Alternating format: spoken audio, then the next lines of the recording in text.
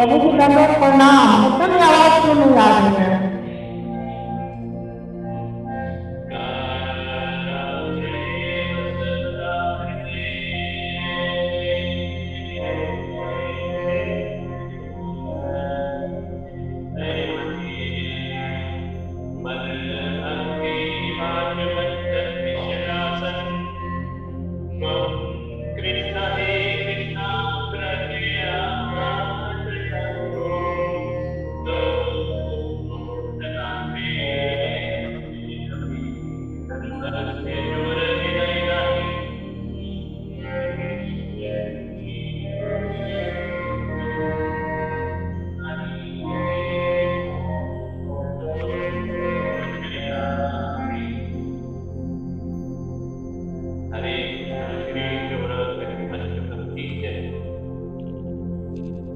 अभी कुछ शायद बोल रहे थे, वॉइस नहीं आ रही मेरी, कुछ लोगों को वॉइस नहीं आ रही है मेरी।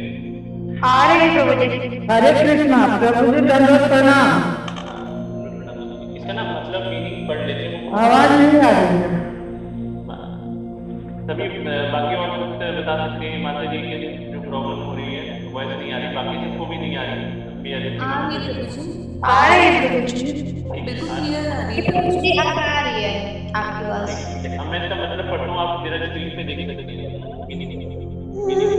मेरे भैया आप म्यूट पे रखिए। चश्मा दे।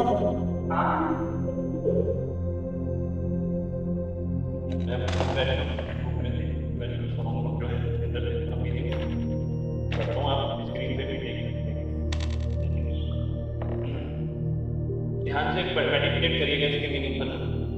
हरे कृष्णा, प्रभु जी दंडवत प्रणाम। आवाज नहीं आ रही है।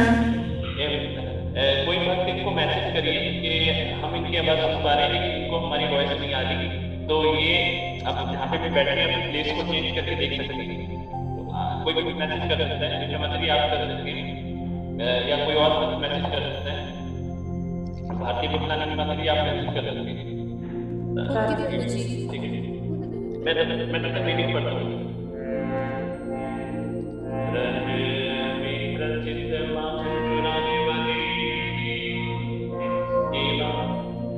गोपियों के सिर चुराने वाले, अपने आश्रित जनों के अनेक जन्मों के द्वारा उपार्जित पापों को चुराने वाले, चौरागण्य पुरुष को मैं प्रणाम करता हूँ।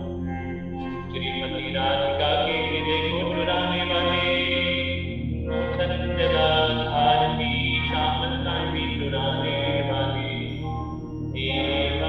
शरणाश्रितों के समस्त पाप ताप चुराने वाले चौरागण्य पुरुष को मैं प्रणाम करता हूँ। जो अपने चरणाश्रितों को निष्किंचन बनाकर मार्ग में घूमने वाले अनिकेत मुक्षुक बना देते हैं। हाय, ऐसा भयंकर जो किसी ने तीनों लोगों में भी देखा या सुना नहीं होगा, जिसका नाम मात्र लेना ही पर्वत के समान विशाल बाहुओं को हर लेता है। ऐसे आश्चर्य रूप वाला जो मैंने कभी कहीं या देखा या सुना नहीं। ये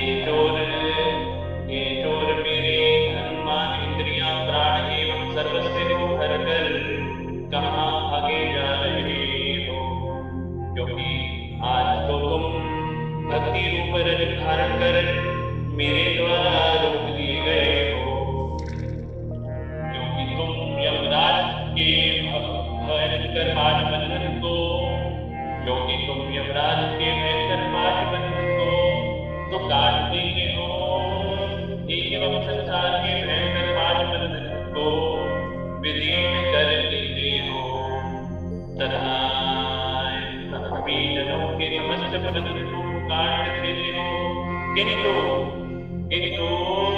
अपनी प्रेमी भक्तों के द्वारा रचे गए प्रेममय बंधन को तुम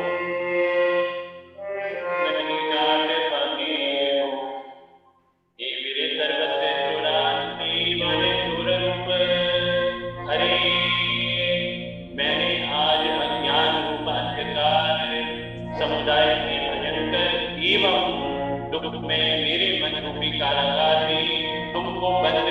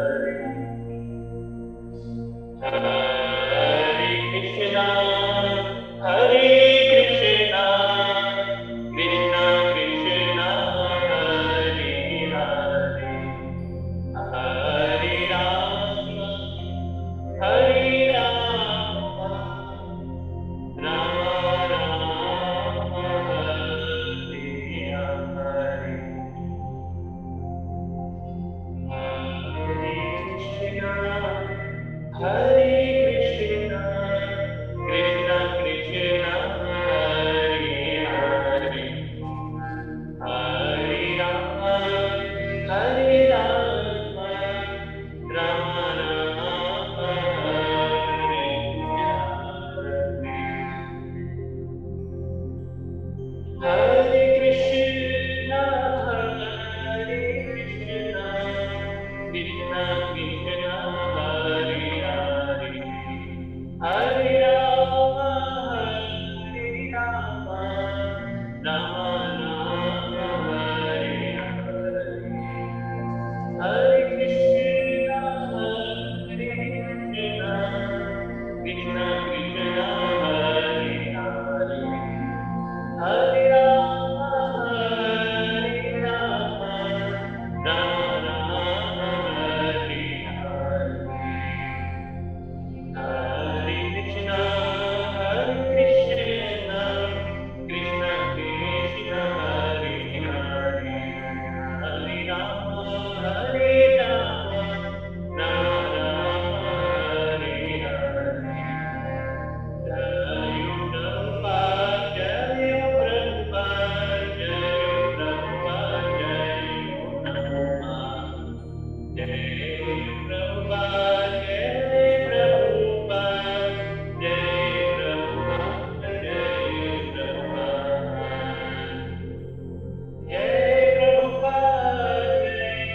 Prabhupada, Jai Prabhupada, Jai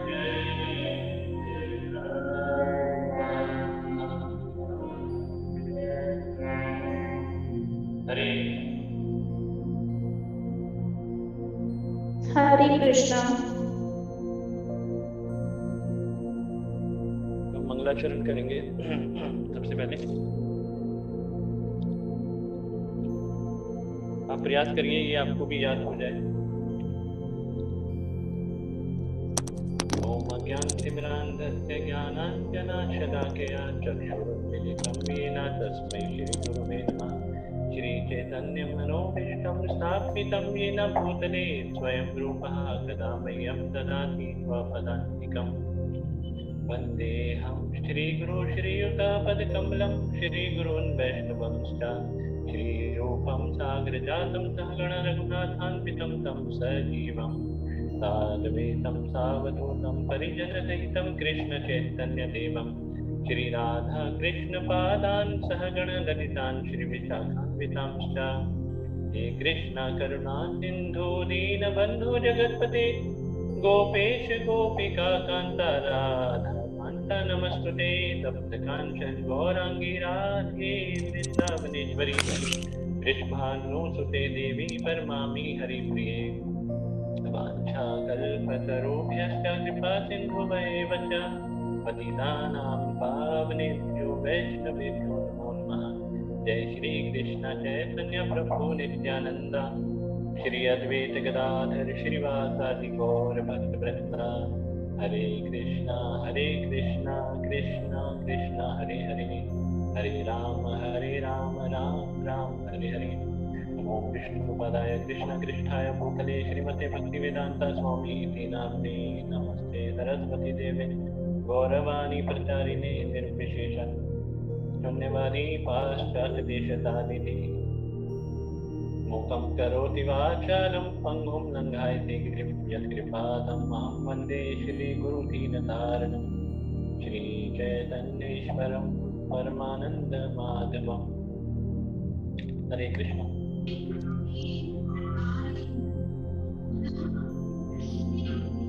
आप सभी भक्तों का स्वागत है। तो आज हम चैप्टर 8 आध्यात्मिक उन्नति भाग 8 प्रकृति के नियम से पढ़ेंगे। तो आप सबसे अनुरोध है कि आप अपने हैंड रेज कर सकते हैं जो भी भक्त पढ़ना चाहते हैं। जो भक्त पढ़ना चाहते हैं कृपया आप हैंड रेज कर सकते हैं।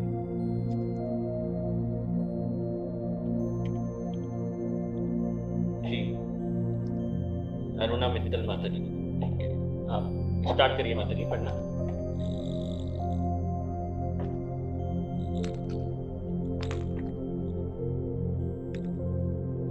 माता जी वॉइस आ रही है मेरी?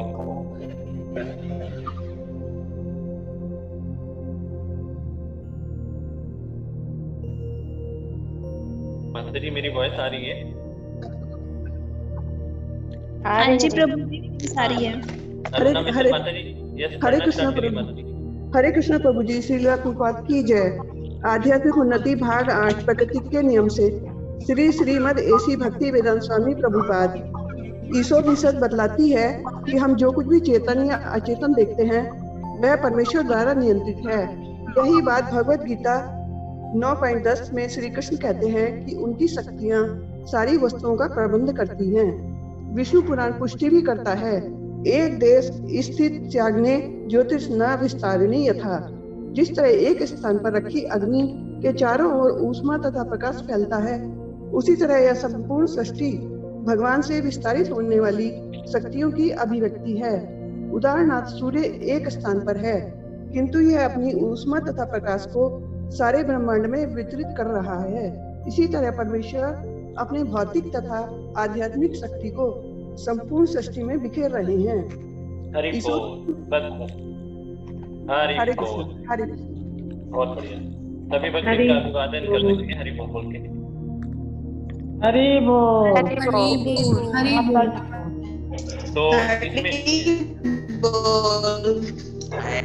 तो इसमें दो शब्द यूज हुए हैं जो शुरुआत में ईशोपनिषद बतलाती है कि हम जो कुछ भी चेतन या अचेतन देखते हैं वह परमेश्वर द्वारा नियंत्रित है। तो सबसे पहले मैं आपको एक चीज बताना चाहूंगा।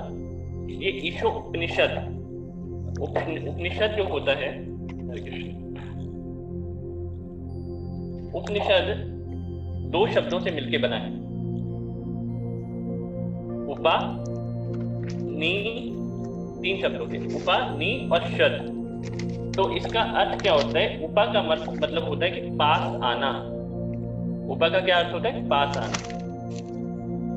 नी का मतलब होता है झुकना, और शद का मतलब क्या होता है कि बैठना। तो इसका जो पूरा अर्थ होता है उपनिषद का वो ये होता है कि आप अपने गुरु की शरण में बैठिए, गुरु की शरण में जाइए, उनके पास बैठिए और उनसे भगवत तत्व की जिज्ञासा करिए। उनसे भगवान की भक्ति के बारे में पूछिए, उनसे तत्व ज्ञान के बारे में चर्चा करिए। तो ये अर्थ होता है उपनिषद का।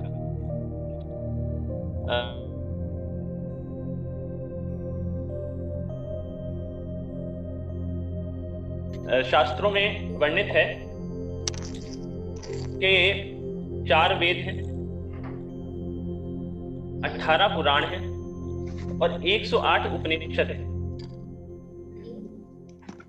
तो ये यहाँ पर शब्द आया है ईशोपनिषद।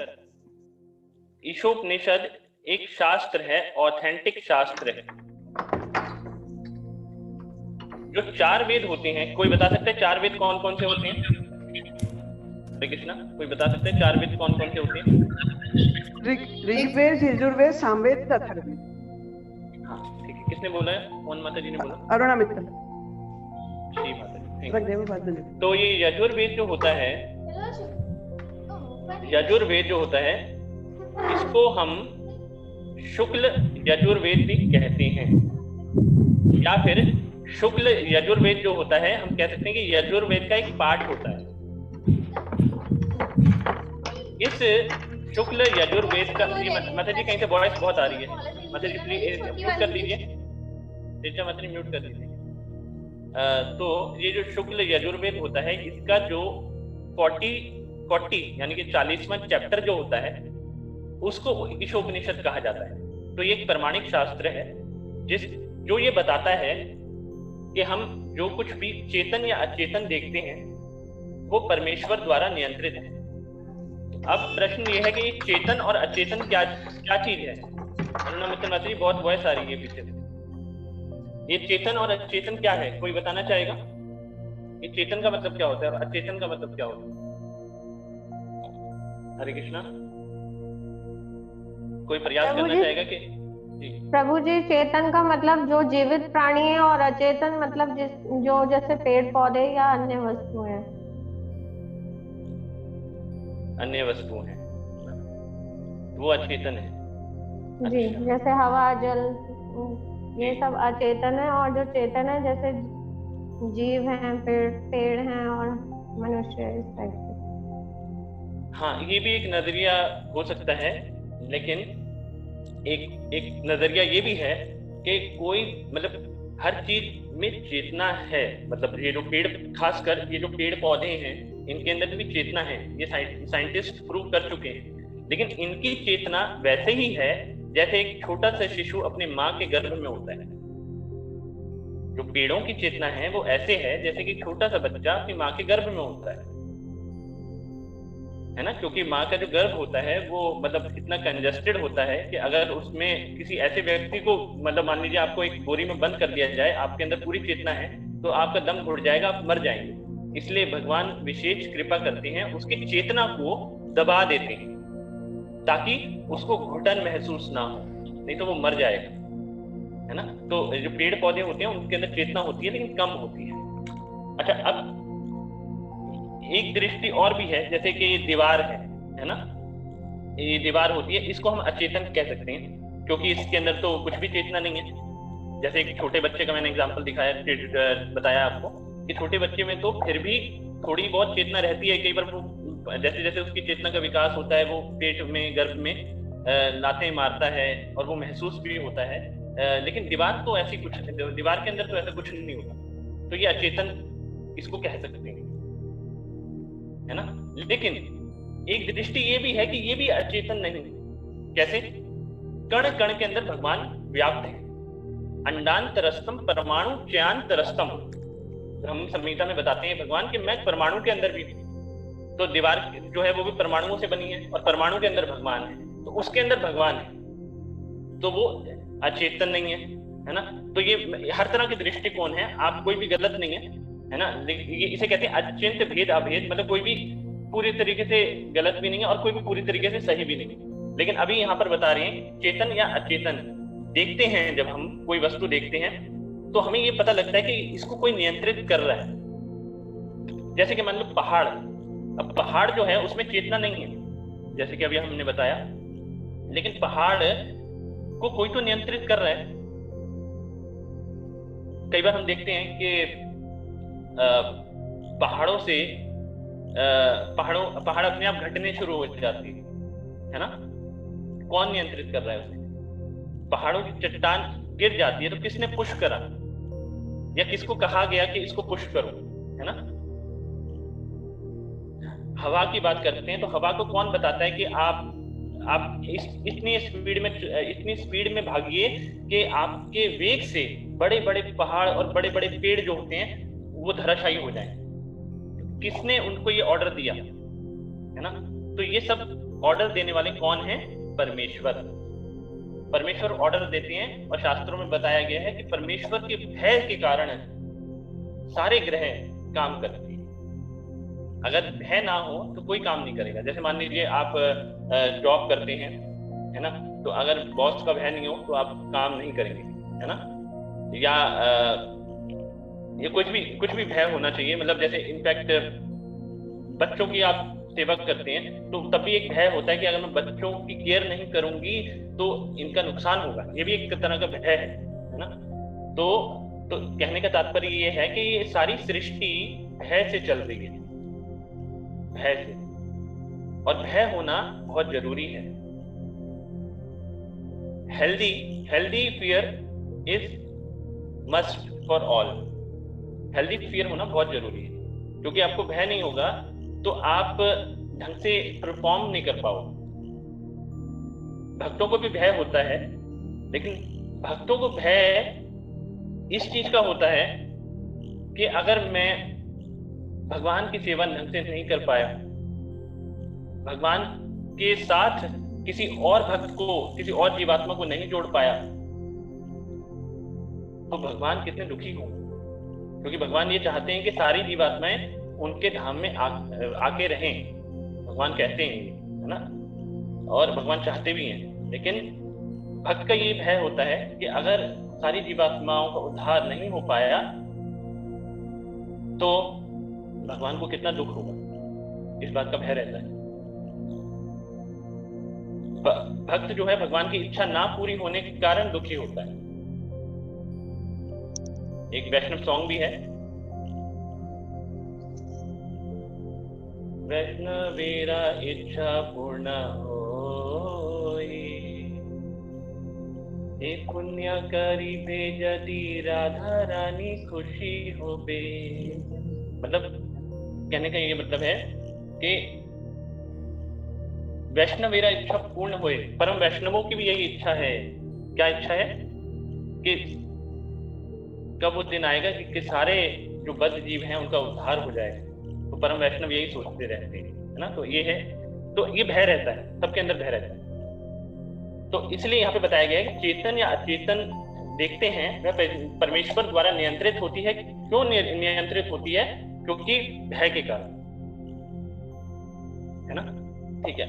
और इसके अंदर एक चीज और उदाहरण यहाँ पे 9.10 में मया दक्षेण प्रकृति सूयते सा चरम हेतु नानेन कौन्त्य जगत विपरिवर्तते। हे कुंती 9वें अध्याय के 10वें नंबर श्लोक में भगवान बताते हैं, कुंती पुत्र, यह भौतिक प्रकृति मेरी शक्ति में से एक है और मेरी अध्यक्षता में कार्य करती है, जिससे सारे चर तथा अचर प्राणी उत्पन्न होते हैं। अच्छा, चर अचर एक और अंडरस्टैंडिंग भी हो सकती है, थोड़ा ह्यूमरस है। चर एक होता है चरना, एक व्यक्ति, जैसे हम भी चरते रहते हैं, मतलब जो भौतिकवादी लोग हैं वो भी चरते रहते हैं कुछ ना कुछ, तो वो हो गए चर प्राणी। अचर प्राणी जो चरते नहीं, अचर प्राणी मतलब जो पेड़ पौधे हो गए, चर नहीं सकते, इनके अंदर कैपेसिटी नहीं है। ऐसा लिखा नहीं हुआ, मैं एक थोड़ा ऐड कर रहा हूँ, मतलब कि देखिए, तो कहने का मतलब हर चीज भगवान के द्वारा उत्पन्न हो रही है, नियंत्रित हो रही है, जिसमें सारे चर और तथा अचर प्राणी उत्पन्न होते हैं। वो अभी बता दिया, चेतन अचेतन। इसके शासन में यह जगत बारंबार सृजित और विनष्ट होता रहता है। ठीक है। अच्छा, इसमें जो उदाहरण दिया गया है वो कोई भक्त शेयर करना चाहेगा, उनकी क्या अंडरस्टैंडिंग है? यहाँ पे उदाहरण दिया गया है कि सूर्य एक स्थान पर है, किंतु यह अपनी ऊष्मा तथा प्रकाश को सारे ब्रह्मांड में वितरित कर रहा है। इसी तरह परमेश्वर अपने भौतिक तथा आध्यात्मिक शक्ति को संपूर्ण सृष्टि में बिखेरते रहे। कोई बताना चाहेगा इसका क्या अंडरस्टैंडिंग है आपकी?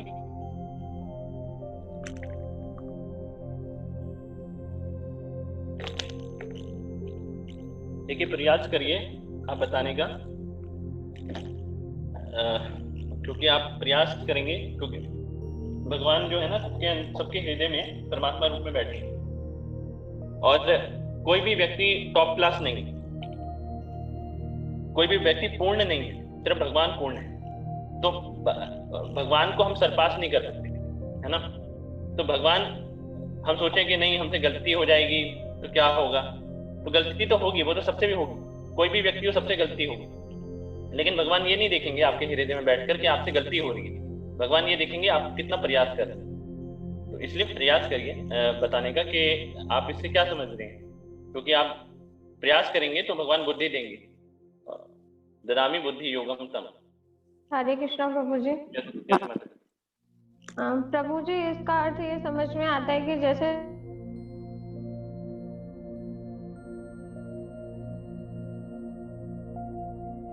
होती है उसकी रोशनी मिल जाती है, इसी तरीके से प्रभु को अपने कार्यों के लिए या फिर भौतिक चीजों को चलाने के लिए उनके पास नहीं जाना पड़ता। प्रभु भी एक स्थान से ही सब कुछ संचालित कर लेते हैं, सब कुछ हैंडल कर लेते हैं। हरि बोल, बहुत बढ़िया, बहुत बढ़िया। तो बॉस को कहीं जाना नहीं पड़ता। जैसे ये जो ग्रुप है, माताएं डोमिनेंट हैं इस ग्रुप में, है ना, ऑलमोस्ट मोर देन 90% तो माता ही है ना। तो कहने का ये मतलब है, ऐसा बोला जा सकता है कि माताओं को कहीं जाना नहीं पड़ता। माता होम मिनिस्ट्री जो डिपार्टमेंट है उसको संभालती हैं और सब कुछ उनके निर्देशन में होता है ना। तो ये बूस्ट अप कर सकता है आप सबको। तो मतलब बॉस जो होता है, बॉस को ज्यादा कुछ नहीं करना पड़ता, उसके निर्देशन में सब चीजें चलती हैं, है ना। तो उसी तरीके से भगवान को कुछ नहीं करना पड़ता, उनके निर्देशन में सब चीजें चलती हैं। तो इसमें एक एग्जाम्पल दे रखा है सूर्य का। सूर्य की दो शक्तियां होती हैं, कौन कौन सी हैं, कोई बताएगा? सूर्य की दो शक्तियां होती हैं, कौन कौन सी हैं, कोई बताएगा? हरे कृष्ण प्रभु जी। जी माता जी। सूर्य देवते की शक्तियाँ ऊष्मा देता है, जैसे सर्दियों में हमें ऊष्मा बहुत अच्छी लगती है वो, और प्रकाश देते हैं। और प्रकाश बिना देते कोई हैं। भेदभाव के, बिना किसी भेदभाव के, कोई छोटा है बड़ा है, ऊंची जाति का है या अनपढ़ है या गरीब है या किसी भी जगह रहता है, सबको एक समान सूर्य देवता अपनी ऊष्मा और प्रकाश पूरे ब्रह्मांड में देते हैं। चाहे वो पेड़ पौधे है, पशु पक्षी है, कुछ भी है, सब जगह वो अपना प्रकाश बराबर वितरित करते हैं, प्रकाश और ऊष्मा भी, कहीं कम कहीं ज्यादा ऐसे नहीं करते। जी माता जी, बहुत अच्छा बताया माता जी आपने। हरि बोल। हरे हरि बोल माता जी। हरि हरि बोल। हरि बोल। माता जी ने कहा कि बिना भेदभाव के सूर्य जो है देवता है वो सबको प्रकाश देते हैं। आप देखते होंगे कि सूर्य की रोशनी मल पे भी पड़ती है। वो सूर्य की रोशनी ये नहीं देखती, मतलब सूर्य ये नहीं देखते कि ये मल है, वो उसका भी उद्धार करते हैं, है ना। तो देखिए कितनी उदारता है उनके अंदर, क्योंकि वो भगवान के परम भक्त हैं। वो सूर्य के जो देवता हैं उनको व्यवस्वान कहा गया है, और वो जो है उन्होंने भगवान श्री कृष्ण से ज्ञान अर्जित करा है। इसका वर्णन भगवद गीता में आता है। तो जो भक्त होता है उसका हृदय कितना विशाल होता है, सूर्य को देखकर हम इसका अंदाजा लगा सकते हैं, है ना। वैष्णव की क्रिया मुद्रा को समझना आसान नहीं होता, लेकिन हम अगर रिलेट करेंगे चीजों को तब हमें समझ में आएगा थोड़ा थोड़ा कि वैष्णवों के हृदय कितने विशाल होते हैं, वो कितना सेक्रीफाइस करते हैं। तो सूर्य देवता देखिए हमारे लिए कितना सेक्रीफाइस करते हैं, टाइम पे उठ जाते हैं, चाहे भले ही हम सोते रहें। और सूर्य देवता सोचे कि आज संडे है, चलो हम हॉलीडे पे चलते हैं, तो यहाँ पे सब जम जाएंगे, है ना, लेकिन वो कहीं नहीं जाते। क्यों नहीं जाते? क्योंकि हमें दुख होगा, है ना, हमें दुख ना हो इसलिए खुद दुख उठाते हैं। आप खुद सोचिए, वो व्यक्ति हैं, एक व्यक्ति है जो अपनी ड्यूटी निरंतर कर रहा है और उसको कभी भी ये नहीं लगता कि नहीं आज मेरे को छुट्टी पे जाना चाहिए, है ना, यार मैं बहुत थक गया हूँ। ऐसा क्यों नहीं लगता? क्योंकि इनका हृदय जो है वो भक्त का हृदय है, और भक्त का हृदय इतना विशाल होता है कि वो अपने ऊपर सारे कष्ट झेल लेता है लेकिन किसी को कष्ट नहीं होने देता। तो सूर्य हमें क्या देते हैं? ऊष्मा और प्रकाश। ऊष्मा को क्या कहते हैं? अग्नि, है ना, सुन पा रहे हैं आप?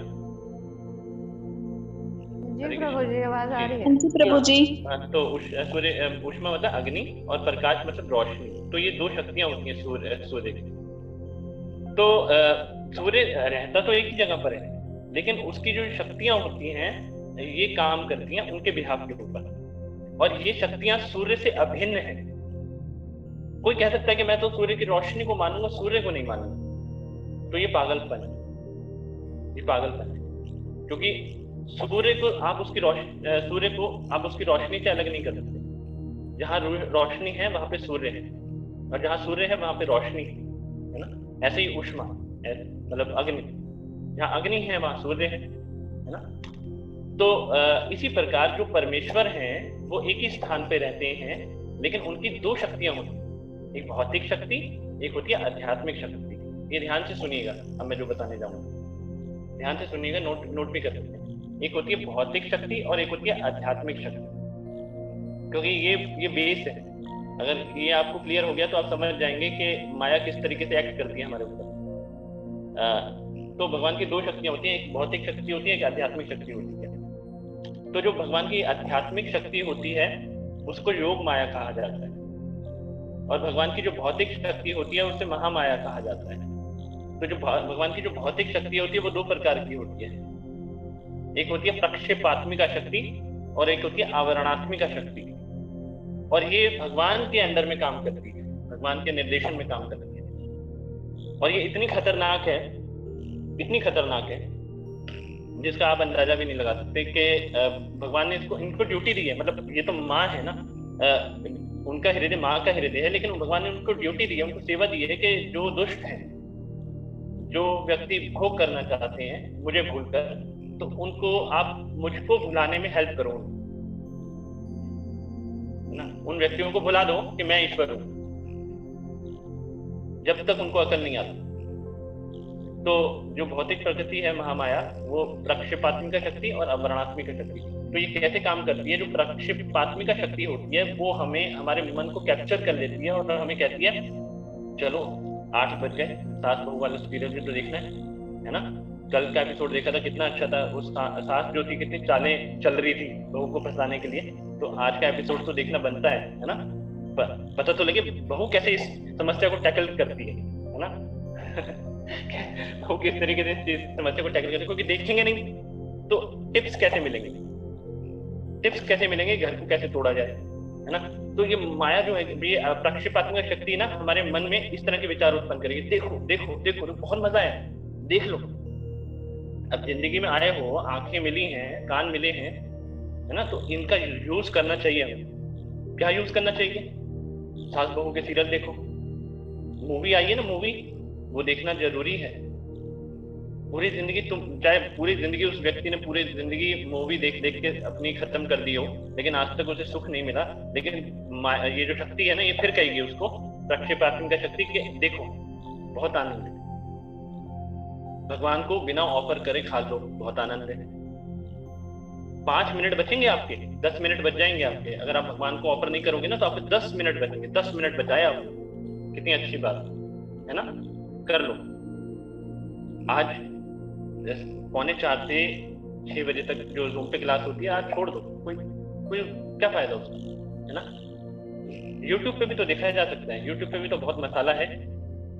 और प्रभु जी कोई महात्मा तो है नहीं, है ना, हमारे जैसे ही जीव हैं। जितना ज्ञान देना था वो तो हमें आ ही गया, है ना। उनके भी 2 हाथ, 2 पैर, 2 आंखें हैं, है ना, एक मुंह, एक जबान है जिसे वो चलाते रहते हैं। तो ये तो ठीक है, अब इतना आ गया ना, तो अब फिर हमारे और उनके बीच में कोई अंतर नहीं है ना। मैं अपनी बात नहीं कर रहा, मैं और जो सीनियर डिवोटीज हैं, मतलब हमारा नजरिया किस तरीके से आगे चल के बदल जाता है। तो ये माया इस तरीके से एक्ट कर रही है, प्रक्षेपात्मिका शक्ति, वो मन में हमारे वहम डालेगी, छोड़ो इसको, कहीं और चलते हैं, हम महीने में 1 क्लास अटेंड करेंगे, या फिर बहुत हो गया तो इतना सहन नहीं होता, है ना। बहुत दिन हो गए हमने प्याज लहसुन नहीं खाया, आज एक बार खा लिया तो कौन देख रहा है, खा लो। तो ये प्रक्षेपात्मिका शक्ति है।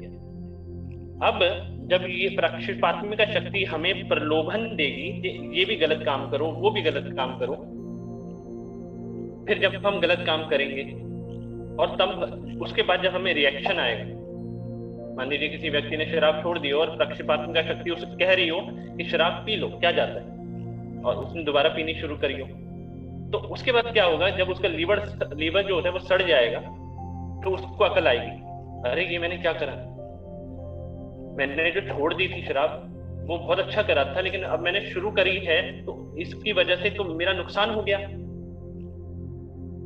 जब वो ऐसा सोच रहा होगा तो माया की दूसरी शक्ति जो होती है, जिसको हम अवरणात्मिका शक्ति कहते हैं, वो एक्ट करेगी, वो असर डालेगी। अवरणात्मिका शक्ति मतलब आवरण, पर्दा। उसको दुख हो रहा होगा और फिर एकदम से उसकी आंखों के दुख के ऊपर पर्दा चढ़ जाएगा और वो कहेगा कि नहीं, अब तो मैं ठीक हो गया हूँ।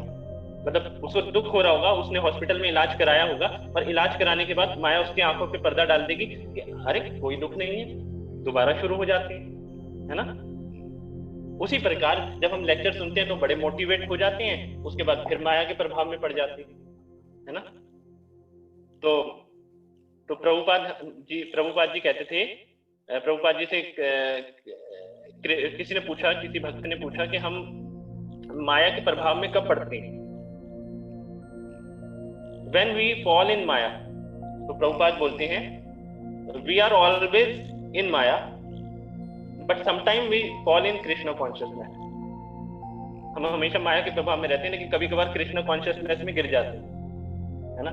ये स्थिति है, इस स्थिति को समझना पड़ेगा। तो ये भगवान की शक्ति है, इतनी भयंकर शक्ति है कि इसको कोई पार नहीं कर सकता, कोई भी नहीं कर सकता, जब तक वो भगवान की शरण में नहीं आएगा। तो भगवान भगवद गीता में कहते हैं कि माया, ये मम माया दुरत्या, मेरी माया जो है वो दुर्लभ है, उसे कोई पार नहीं कर सकता। मामेव ये प्रपद्यन्ते माया एताम तरन्ति, जो मेरी शरण में आता है वही पार कर सकता है, ये सिद्धांत है। और इसको कोई टक्कर नहीं दे सकता, कोई टक्कर नहीं दे सकता। अब ये हमारे ऊपर है कि हम कितना सीरियस होना चाहते हैं। तो ये इसका अर्थ है, और डीप में नहीं जाऊंगा, आगे हम पढ़ेंगे। नेक्स्ट रितिका माता जी पढ़िए। रितिका माता जी आप सुन पा रही हैं? हरे कृष्णा प्रभु जी। यस माता जी पढ़िए। ईशोपनिषद कहती है, यद्यपि भगवान अपने धाम में स्थित है, फिर भी वो मन से भी अधिक तेज है और वे दौड़ भी सबों को पछाड़ सकते हैं। शक्तिशाली देवता उन्हें छू भी नहीं पाते। यद्यपि वे एक स्थान पर रहते हैं, किंतु वे वायु वर्षा प्रदान करने वाले देवताओं को भी नियंत्रित करते हैं। वे श्रेष्ठता में सर्वोच्च हैं। हरे कृष्ण।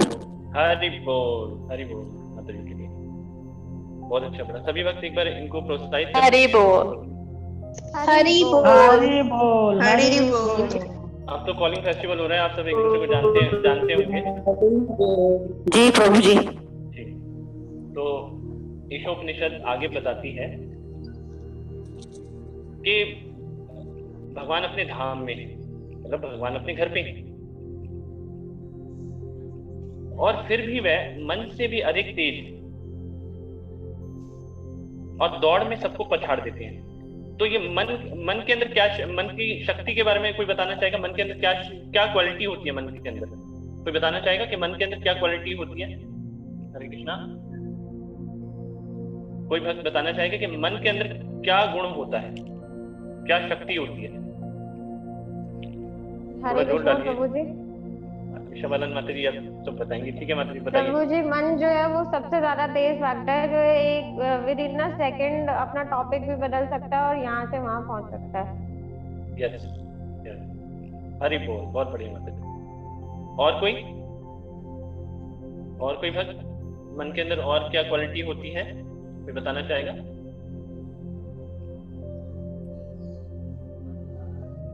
देखिए आप कोशिश करिए, बहुत जरूरी है, क्योंकि मैं तो मतलब एक्चुअली मेरे को आदत है पूछने की बार बार, है ना।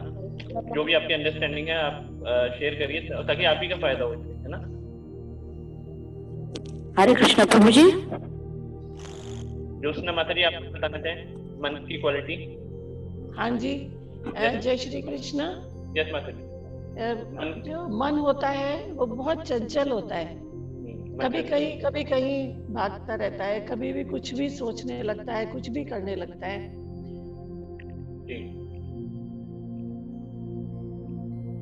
कि हम अंदाजा भी नहीं लगा पाते कि कितना तेजी से ये चलता है मन। कहीं अभी धरती पर है, अभी आकाश में पहुंच गया, किसी ग्रह पे पहुंच गया, प्रभु के पास पहुंच गया, कभी कहीं और पहुंच गया, कुछ भी सोचता है ये। लेकिन बहुत ज्यादा शक्तिशाली भी होता है मन, ये भी कहते हैं। मन बहुत शक्तिशाली होता है, तभी कहते हैं ना कि मन के हारे हार है और मन के जीते जीत।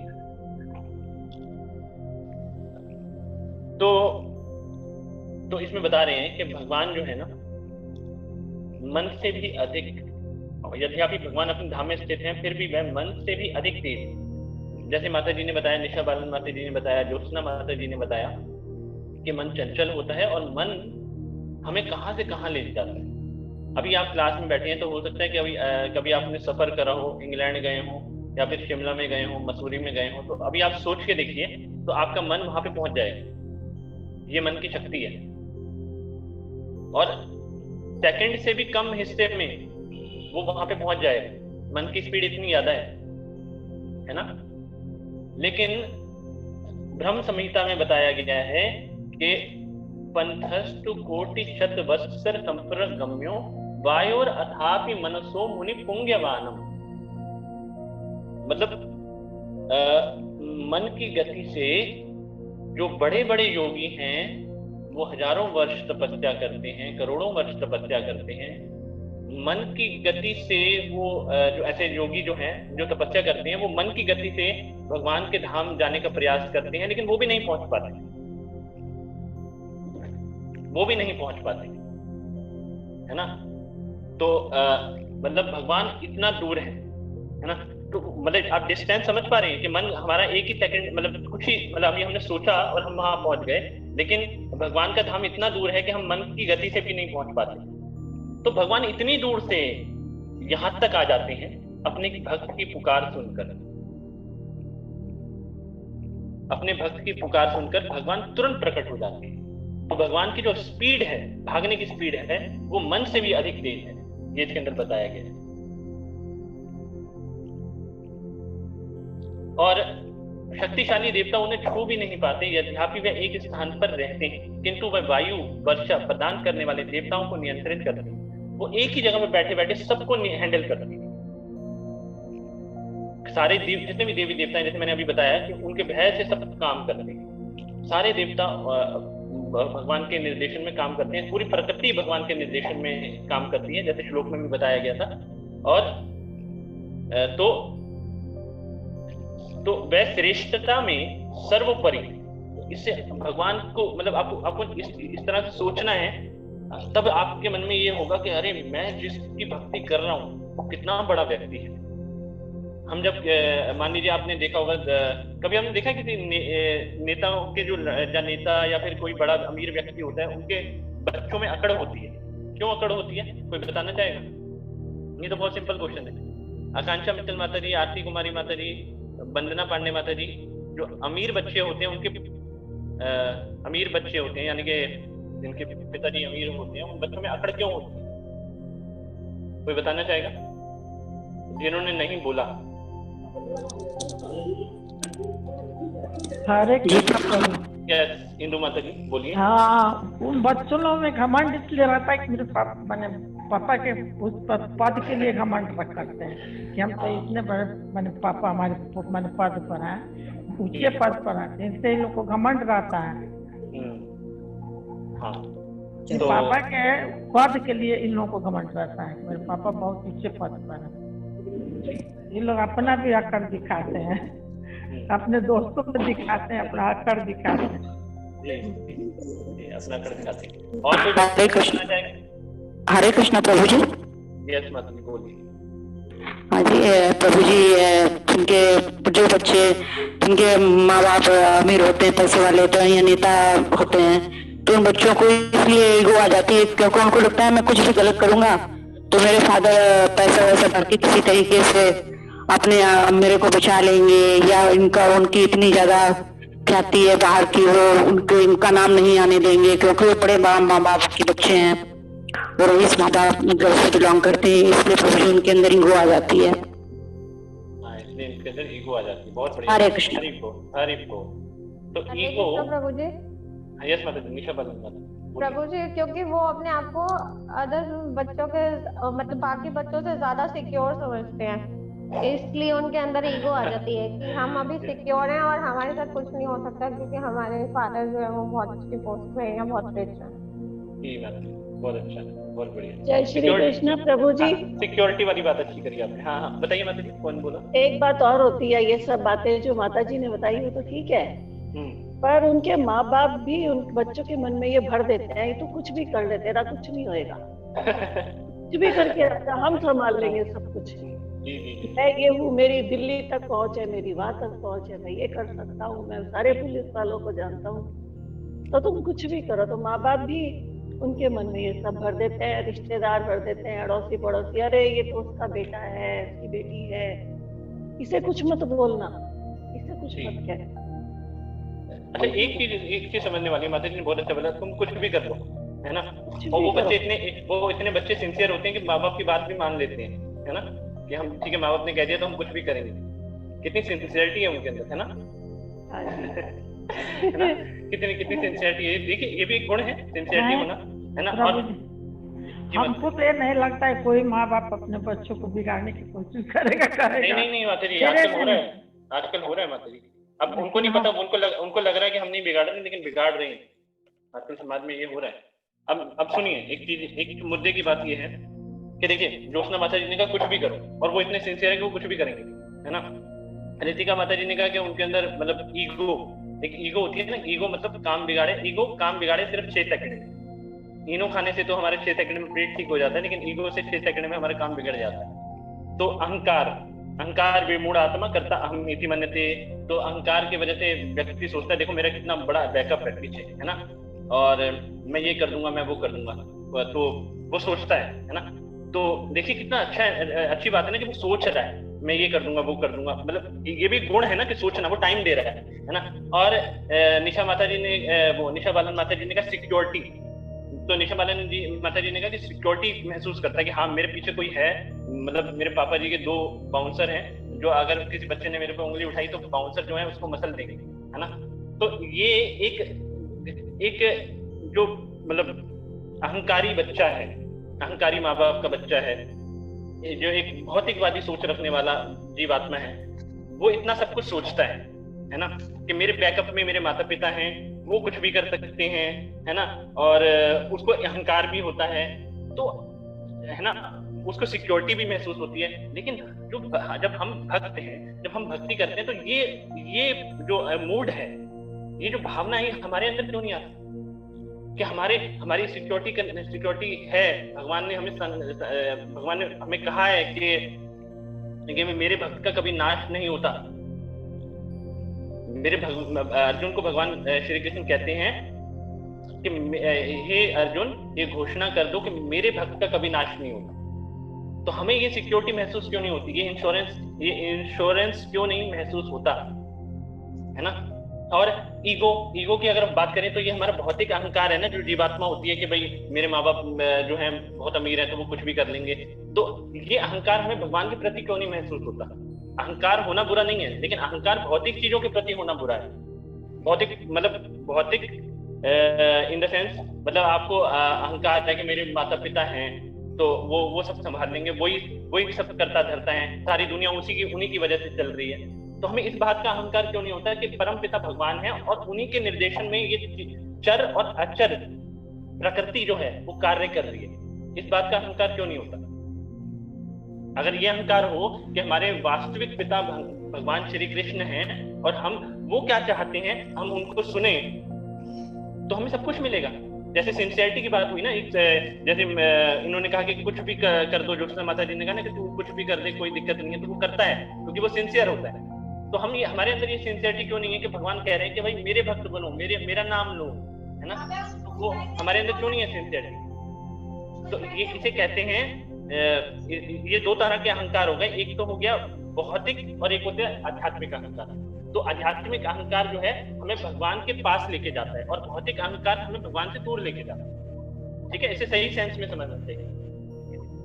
ठीक है, तो वह श्रेष्ठता में सर्वोपरि है, भगवान से श्रेष्ठ कोई नहीं है ना। तो ये हमें समझना पड़ेगा, ये हमारा वास्तविक अहंकार है। इसे कहते हैं राइट ईगो, ट्रू ईगो, और एक होती है फॉल्स ईगो। फॉल्स ईगो गलत है और ट्रू ईगो सही है। आगे पढ़िए प्रियंका पांडे माता जी। शेयर करूं प्रभु जी? यस माता जी। हरे कृष्णा, धन्यवाद प्रणाम धन्यवाद प्रणाम। हरे कृष्णा प्रभु जी। हरे कृष्णा। रूपाली माता जी कुछ बोल रही हैं। जैसे प्रभु जी ने अभी बताया कि कुछ बच्चे अहंकारी होते हैं क्योंकि उन्हें पूरी तरह से विश्वास होता है उनके माता पिता के बारे में, तो उनके माता पिता उन्हें बचा लेंगे, नंबर 1। उनके माता पिता बहुत बलवान है, नंबर 2। और नंबर 3 कि वो पूरी तरह से समझ रहे हैं अपने पेरेंट्स की, अपने माता पिता की स्थिति। तो ये जो 3 चीजें हैं, ये 3 भाव हैं उन बच्चों के अंदर। यही 3 भाव भक्तों के अंदर भी हमें उत्पन्न करने चाहिए, भक्तों के अंदर भी होने चाहिए, जो कि हम कहते हैं शरणागति, है ना। आगे प्रभु जी डिटेल में बताएंगे शरणागति के बारे में, लेकिन मैं इन 3 पॉइंट्स के बारे में बताना, थोड़ा सा शेयर करना मुझे लगा कि मुझे करना चाहिए। कि सबसे पहला चीज है कि भगवान के बारे में पूरी तरह से, जैसे बच्चे को अपने पिता की स्थिति के बारे में पूरी तरह से ज्ञान है, तो एक भक्त को भी ऐसा ही जिद्दी और लिज्जत बच्चे की तरह हो जाना चाहिए कि उसे पता होना चाहिए अपने परमपिता भगवान की स्थिति के बारे में। तो वो जानेंगे कैसे? एक प्रश्न ये आता है कि उसे जाने तो जाने कैसे। आप प्रभुपाद बुक्स पढ़िए, बुक्स जो है ना सबसे बेस्ट ऑप्शन है ना। उसके लिए हमने अभी अपने प्रोग्राम में एक और चीज शामिल की है, क्योंकि एक पूरे हफ्ते का जो गैप होता है वो माया के अटैक करने के लिए काफी होता है। माया के लिए एक दिन भी बहुत है, लेकिन एक हफ्ते का समय हम बीच में गैप ले लेते हैं, तो वो हमारे लिए बहुत लंबा पीरियड है। तो हमने अभी थर्सडे क्लास एक और स्टार्ट किया है थर्सडे इवनिंग में। कहाँ? हरि बोल। जी है ना, थर्सडे हमने एक प्रोग्राम और स्टार्ट किया है रीडिंग सेशन, जिसमें कि हम बुक्स रीड करेंगे और जिसमें हम जानेंगे भगवान की स्थिति के बारे में। प्रभुपाद बुक्स पढ़ने से हमें ज्ञान मिलेगा, है ना। अब आप ये जानने की कोशिश कर सकते हैं समझने की, अगर क्या जरूरत पड़ी है बुक्स को पढ़ने की, क्या जरूरत पड़ी है ज्ञान। भाई किसी विशेष व्यक्ति के बारे में जानने के लिए उसके किसी विशिष्ट व्यक्ति के पास ही तो जाना पड़ेगा ना, है ना। कमरे में कोई व्यक्ति बैठा है, वो हमें नहीं जानते, हम नहीं जानते कि वो कौन है, तो जो उसको जानता है हम उससे पूछेंगे कि अरे भाई कौन बैठा है ना, तो वो हमें बताएगा। तो इसी तरह से जो प्रभुपाद बुक्स हैं ये भगवान के बारे में, भगवान की स्थिति के बारे में हमें पूरी तरह से बता रही। भगवद गीता और हमारी स्मॉल बुक जो कि हम शुरुआत में लेते हैं, क्योंकि हमें शरणागति की स्थिति तक पहुंचना है। और जिन भक्तों ने, क्योंकि यहाँ पर जितने भी लोग जुड़े हुए हैं एक्चुअली वो भक्ति करना चाहते हैं, वो भगवान को जानना चाहते हैं, तो उनको जानने के लिए हमें कुछ स्टेप्स फॉलो करने पड़ेंगे, है ना। हम जब उन स्टेप्स को फॉलो करेंगे तो एक दिन हमारे अंदर शरणागति आएगी, डेफिनेटली आएगी। उसके लिए जो सबसे पहला है कि भगवान की स्थिति को अच्छे से समझना होगा। दूसरा, शरणागति का ही सेकंड स्टेप, जैसे प्रभु जी ने बताया कि वो बच्चा जो है उसको पता है कि उसका पिता जो है उसे बचा लेगा, है ना। यही भाव हमें भी अपने अंदर स्थापित करना होगा, क्योंकि जब हम अपने पिता को अच्छे से जान जाएंगे तो हमारा दूसरा जो है ना शरणागति का अंग, वो हमारे अंदर अपने आप ऑटोमेटिकली डेवलप होगा कि इतना परम पिता परमेश्वर हमारा जो है ना वो हमारा संरक्षण कर रहे हैं, क्योंकि भगवान ने भी भगवद गीता में इस चीज को कहा है। थर्ड, एक और हमने इसमें डिस्कस किया था, कौन सा पॉइंट था प्रभु जी? भगवान को लेकर। चलिए खैर इतना ही बहुत है। तो हमारे ये जो है ना, ये इसमें हम जो रीडिंग सेशन यहाँ भी ले रहे हैं, ये हम पूरी तरह से समझने का प्रयास करें कि भगवान एक्चुअल में कौन है। जैसे प्रभु जी ईशोपनिषद के बारे में भी बता रहे हैं यहाँ पर, तो मुझे इतना ही कहना है। Thank you so much. Hari बोल, हरि बोल। तो बहुत अच्छा बताया माता जी ने। अभी सेशन के बाद थोड़ा सा हम डिस्कस करेंगे आपको क्या क्या प्रॉब्लम्स आ रही हैं, अगर जो आप नहीं जुड़ पाते, कुछ कंसर्न हैं वो हम सब शेयर कर सकते हैं ग्रुप में, ठीक है। अभी नेक्स्ट कौन पढ़ रहा था अभी? प्रियंका पांडे माता जी, आप पढ़ चुके हैं माता जी? नहीं प्रभु जी, अभी स्टार्ट कर। प्रियंका माता जी पढ़िए। हाँ पढ़िए। ब्रह्मा संहिता में कुछ इस प्रकार कहा गया है, गोलोक एवं नीव सत्य खिलात्म भूता।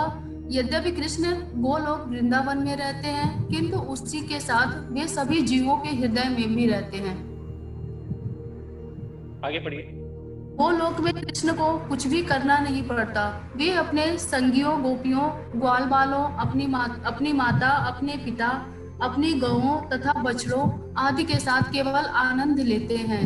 वे पूर्णतया स्वतंत्र हैं और उनके संगी जन तो उनसे भी अधिक स्वतंत्र हैं, क्योंकि जब भी उन पर कोई संकट आता है तब उनकी रक्षा की चिंता कृष्ण करते हैं, किंतु उनके संगियों को कोई चिंता नहीं रहती। ये तो यही सोचते हैं, ओ कृष्ण तो है ही, वे हमारी रक्षा करेंगे। हरे कृष्णा प्रभु। हरि बोल।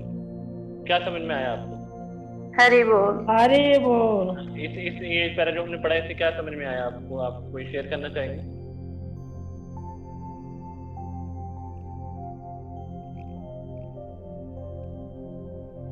आदित्य शर्मा माता जी, आकांक्षा मित्तल माता जी, आरती माता जी, गैलेक्सी 2Z, ये 2 हरे कृष्णा प्रभु जी। यस, कौन बोल रहे हैं? आकांक्षा माता। आकांक्षा मित्तल। प्रभु जी, जो इसमें समझ आ रहा है कि जो संगे हैं, गोपी हैं, ग्वाले हैं, वो अपने मतलब सब आनंद ले रहे हैं, क्योंकि उन्हें पता है कि उनके परम परमेश्वर श्री कृष्ण वो उनको हमेशा मतलब प्रोटेक्ट करेंगे, तो इसलिए वो हमेशा प्रसन्न रहकर अपने जीवन का आनंद ले रहे हैं। उन्हें कोई भय नहीं है किसी तरीके का, कि वो पूर्णतः अपने जीवन में स्वतंत्र हैं और अपने जीवन में आनंद लेकर आगे बढ़ रहे हैं। जी बिल्कुल सही। हरि बोल। तो उनको पता है कि भगवान हमारी रक्षा करेंगे। उनको पता है, ये विश्वास है कि भगवान जो है हमारी रक्षा करेंगे।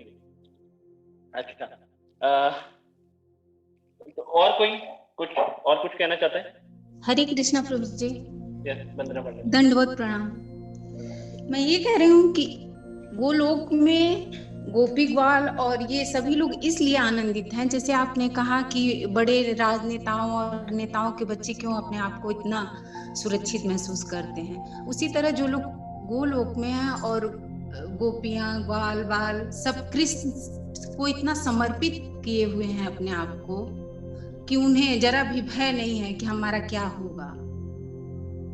कुछ भी हमें दिक्कत आएगी वो तो कृष्ण संभाल ही लेंगे। और जो तन मन से अगर समर्पण रहे कृष्ण को, तो हमें लगता है कि उसे किसी और की आवश्यकता नहीं पड़ेगी।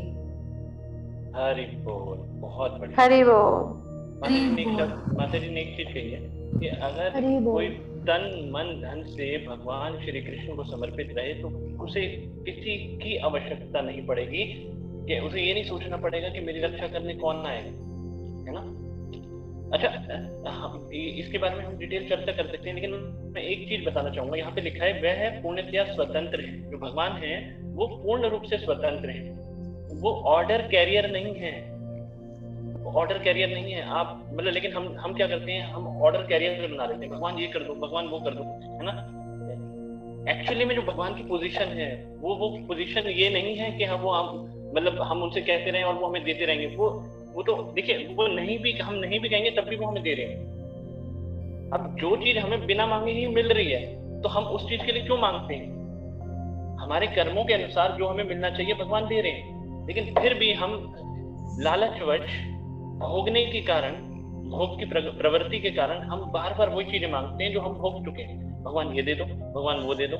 ये हम आचार्यों की अगर हम वैष्णव सॉन्ग्स को पढ़ेंगे तो हमें इस बात का पता लगेगा, लेकिन अभी मैं उस पर नहीं जाना चाहता। मैं सिर्फ ये बता रहा हूँ कि भगवान पूर्ण रूप से स्वतंत्र हैं, उनको हम बाध्य नहीं कर सकते, उनको बाध्य नहीं कर सकते, वो पूर्ण रूप से स्वतंत्र है।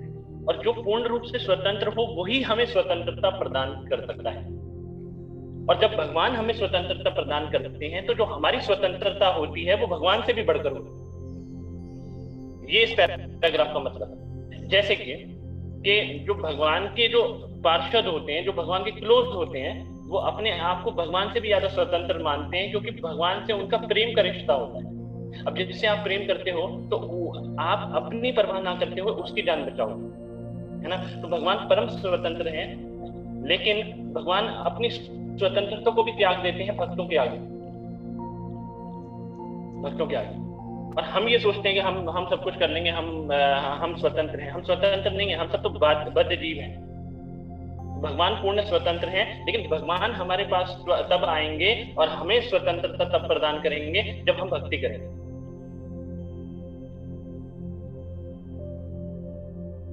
ये बात बहुत समझने वाली बात है ना। तो हमें अगर वास्तविक स्वतंत्रता चाहिए तो हमें भगवान का खास बनना पड़ेगा, क्लोज बनना पड़ेगा। और भगवान का क्लोज बनने के लिए 3 उपाय हैं: गुरु, साधु, शास्त्र की शरण में जाना, और कोई उपाय नहीं।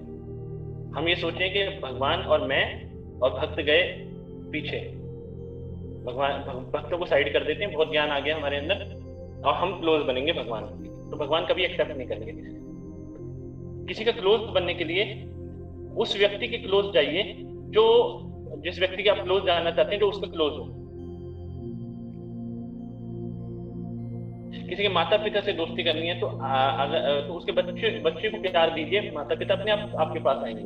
तो भगवान के जो पार्षद हैं, जो जैसे गुरु महाराज हैं, गुरु शिष्य परंपरा में जो गोपाल कृष्ण गोस्वामी महाराज जी हैं, प्रभुपाद जी हैं, जब हम उनकी बुक्स को पढ़ेंगे, बुक्स को पढ़ना मतलब क्लोज जाना, जब हम उनकी बुक्स को पढ़ेंगे, भक्तों के द्वारा दी गई सेवाओं को करेंगे, तो हमें नहीं जाना पड़ेगा, भगवान ही हमारे पास आएंगे, क्योंकि हम नहीं जा सकते वहां पर। वहां जाने के लिए तो मन की गति से जाते हैं कई लोग, कई योगी जो हैं करोड़ों वर्षों तक तपस्या करते हैं, वो भी नहीं पहुंच पाते, तो वहां नहीं पहुंच पाएंगे हम, भगवान खुद लेने आएंगे। लेकिन हमारा भाव तो विकसित हो, भाव का अभाव है और माया का प्रभाव है ना। और यही हमारा दुर्भाग्य है, दुर्भाव है, यही हमारा दुर्भाव है। ये तो शेर हो गया, तो कहने का ये मतलब है आप स्वतंत्र बनना चाहते हैं तो आप भक्ति करिए, यही एक उपाय है। आगे आगे कौन पढ़ेगा? बीना माता जी। बीना माता जी पढ़ लिया क्या? नहीं पढ़। बीना माता जी। रंजना माता जी। रंजना माता जी नहीं, हमको हरे पढ़ना कृष्ण प्रभु जी। माता जी, इंदु माता जी एक बार रंजना माता जी पढ़ लें, फिर आप पढ़ दीजिएगा। रंजना माता जी पढ़िए। हरे कृष्ण प्रभु जी, दंडवत प्रणाम। दंडवत प्रणाम माता जी। जब 5000 वर्ष पूर्व वृंदावन में कृष्ण ने अपनी लीलाएं की तो वे नित्य ही अपने ग्वाल बाल मित्रों गौओं तथा बछड़ों के साथ यमुना नदी के तट पर जंगल में खेलने जाया करते थे। कंस प्रायः कृष्ण तथा उनके मित्रों का वध करने के लिए अपने किसी असुर को भेजा करता था। फिर भी सारे ग्वाल बाल निश्चित होकर अपनी क्रीड़ाओं का आनंद लेते रहते थे, क्योंकि वे कृष्ण द्वारा अपनी रक्षा किए जाने के प्रति आश्वस्त थे। यही है आध्यात्मिक जीवन, जिसकी शुरुआत कृष्ण की शरण में जाने से होती है। कृष्ण की शरण हरि बोल, हरि बोल, हरि बोल, हरि बोल, हरि बोल। बहुत बढ़िया माता जी, बहुत अच्छा पढ़ा आपने। ठीक है, ये तो मैं बोल चुका हूँ जो इसमें है। नेक्स्ट बीना माता जी। बीना माता जी और कौन था अभी? किसका नाम दिया था? जो हिंदू माता। हिंदू माता हाँ, जी। हिंदू माता जी। हिंदू माता जी पढ़िए। हाँ, कहाँ से पढ़ना है प्रभु जी? माता जी यहाँ से कृष्ण की शरण जाने का। कृष्ण का उनके मित्रों के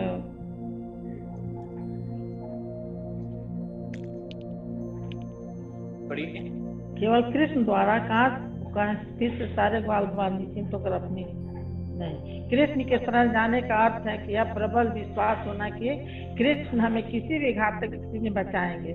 शरण में जाने की पहली अवस्था है कि जो भक्ति के अनुकूल हो हम उसे स्वीकार करें। जब हमें भक्ति के प्रतिकूल हर वस्तु का तिरस्कार करना चाहिए। अगली अवस्था यह है कि कृष्ण हर एक परिस्थिति में हमारी रक्षा तथा हमारा पालन करेंगे।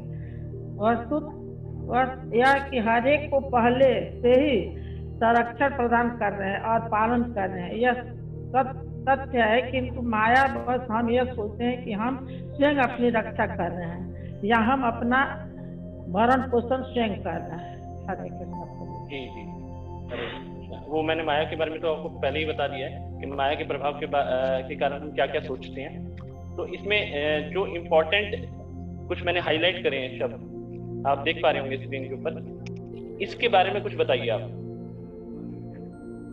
जैसे घातक स्थिति से बचाएंगे, भक्ति के अनुकूल है उसे स्वीकार करना चाहिए, भक्ति के प्रतिकूल है उसको तिरस्कार करना चाहिए, कृष्ण जो है हर एक परिस्थिति में हमारी रक्षा हमारा पालन करेंगे। इसके बारे में बताइए।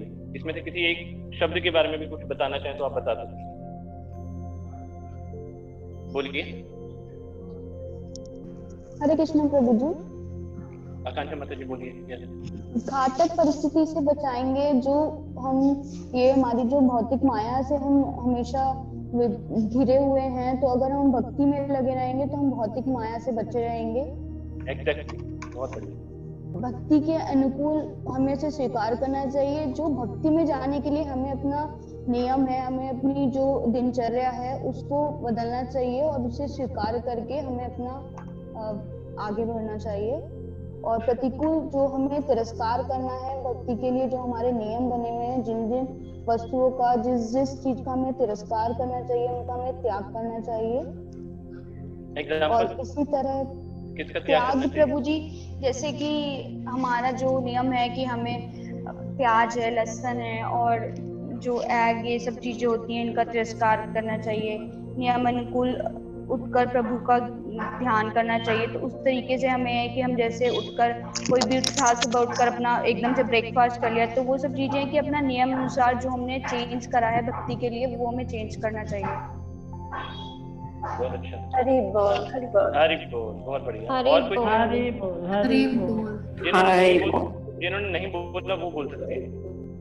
अभी किसी ने नहीं बोला, फिर मैं देखता हूँ किसी ने नहीं बोला। यतिन प्रभु जी आप कुछ बोलेंगे? और किसी ने नहीं बोला। ऋचा माता जी आपका माइक अनम्यूट है, आप कुछ बोलेंगे? नहीं प्रभु जी।